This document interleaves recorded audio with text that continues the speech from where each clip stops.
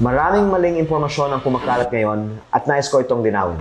Wala akong nakuhang kahit piso mula sa gobyerno, kaya wala akong ghost projects. Ang mga kontratang nakuha ng mga kumpanya ko ay mga permits para sa private investments gamit ang sarili kong puhunan sa sarili kong lupa.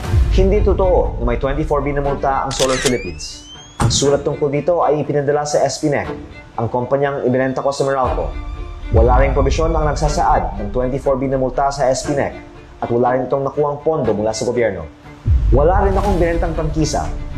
Ang kumpanyang naibenta ko sa Meralco ay wala namang prangkisa at ang kumpanyang may prangkisa ay hindi ko naman ibinenta. Kaya ako nagsampa ng libel case kay Claire Castro dahil sa pagpapakalat niya ng fake news. Hindi rin totoo na 2% lang ang na-deliver ko sa mga proyekto.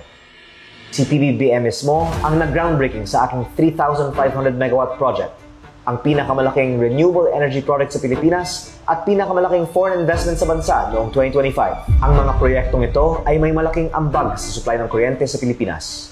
Ang kakulangan ng supply ng kuryente ay dahil sa hirap sa pagkuha ng permits at ang di umano'y panggigipit sa mga negosyante.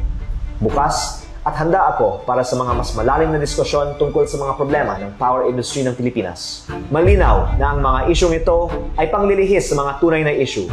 Alam din nating malaki ang budget ng mga kalaban para magbayad ng media at trolls.